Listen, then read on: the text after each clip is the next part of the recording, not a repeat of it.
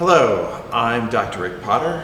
I'm with the History Department at Mary Baldwin University, and welcome to the Mary Baldwin 175 exhibit, Virginia. It is impossible to take 175 years and put it into one room, but we have done our best to at least give you a sample of some important artifacts and history from Mary Baldwin. 175 years ago, Rufus Bailey came to Staunton, and with him came this trunk.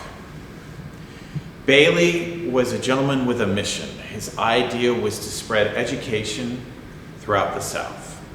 And in 1842, he came to Staunton with the idea of starting a seminary, which today we would know as a women's college here. Now, initially, he was met with some skepticism, but he met with the Presbyterian Church, and together they formed what is now known as Augusta Female Seminary, or as you know it, Mary Baldwin University. The relationship between the Presbyterian Church and Bailey was a very important one. He was actually a Presbyterian minister. As kind of a thank you to the church, in 1847, the students of the college donated money for this bowl, which is a baptismal bowl, which is used in the baptismal font to this day at the First Presbyterian Church. It was in this font that the future 28th President of the United States, Woodrow Wilson, was baptized in 1857. Returning, Rufus Bailey was given a gift in 1848, so the next year after the students gave the bowl, by the Presbyterian Church, as a thank you for the work he had done in starting the school. One of Bailey's first students was Mary Julia Baldwin. And this is actually a report on her from 1846, referring to her as the first among equals. She was clearly one of Bailey's most brightest students. And of course, she would come back to take over the school in 1863. And we have a number of artifacts related to Miss Baldwin. One, we have her document purse, where she kept important letters, especially when she went downtown. We have a few of her books sandwiched in between Ham and Jam, who are institutions at the college. We have her card, 2 change purses, her hymnal, and then a bracelet that she wore regularly and was worn by Dr. Fox this past fall in 2016 when the college officially became a university.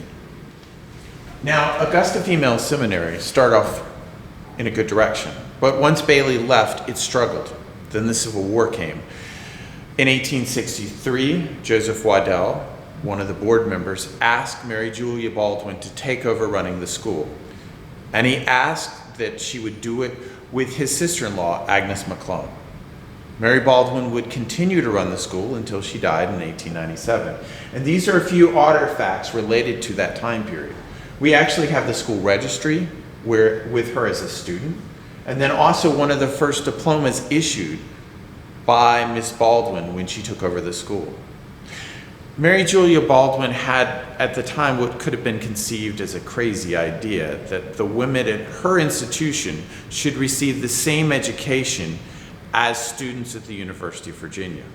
She set up a very rigorous course, of which less than 80 students actually completed before it was retired in the early 20th century. Now, when Mary Julia Baldwin took over the school, it was thought that she would only do it until the Civil War ended. 80% of able-bodied men were serving, but needless to say, that's not how things worked out. This is a blow-up of the letter Mary Julia wrote to the board as a thank you. In 1895, the school was renamed in her honor, and she would live another 2 years.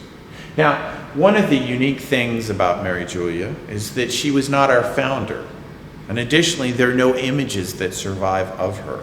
She suffered from facial paralysis and was very careful not to be drawn or photographed. But she loved her animals, and there are many images of them that survive to this day. As an example, one of her dogs, Beauty.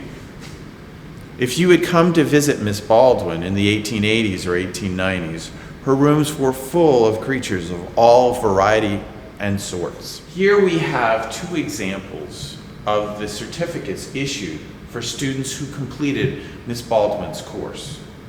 And next to them, two dresses. On the left is a graduation dress from 1912, which shows what the students would have worn at a Mary Baldwin seminary. And then over on the right, we have a dress from 1850 from Augusta County.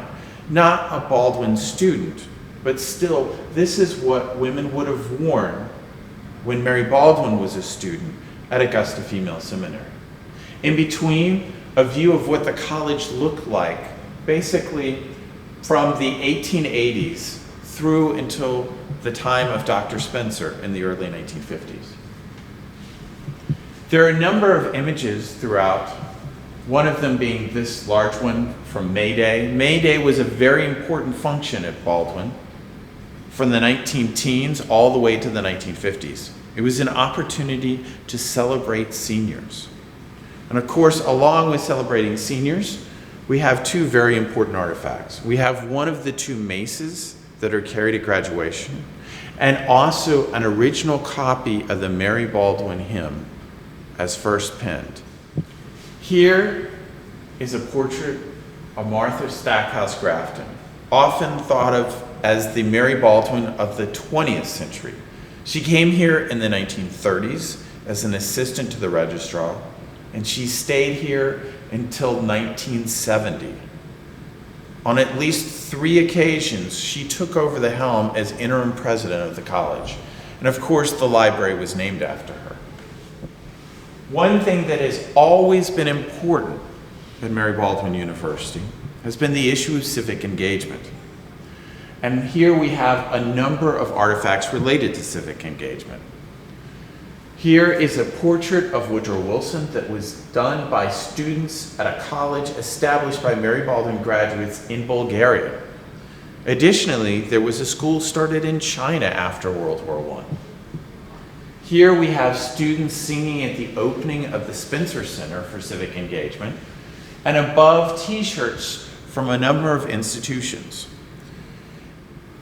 The Mary Baldwin campus is a very diverse campus, but Mary Baldwin is even more diverse than many realize, and it's much bigger than just the Staunton campus. We have regional centers in Roanoke, in Richmond, South Boston, Charlottesville, and this is all possible because of the adult degree program, now known as Baldwin Online and Adult. It was started in 1976.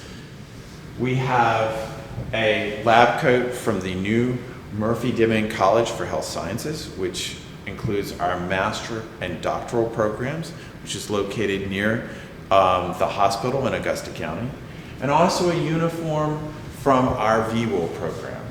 VWIL started in 1995, and it is the only all-female cadet corps in the country. Above, we have the class banner for the class of 1937, which is celebrating an anniversary this year, and a photograph, the class of 1927, which should also be celebrating an anniversary this year. This is just a brief highlight of what you can find at the exhibit, but I hope if you have an opportunity, you will come down not only to visit the campus, but check out the Smith Center. Thank you so much. Have a good day.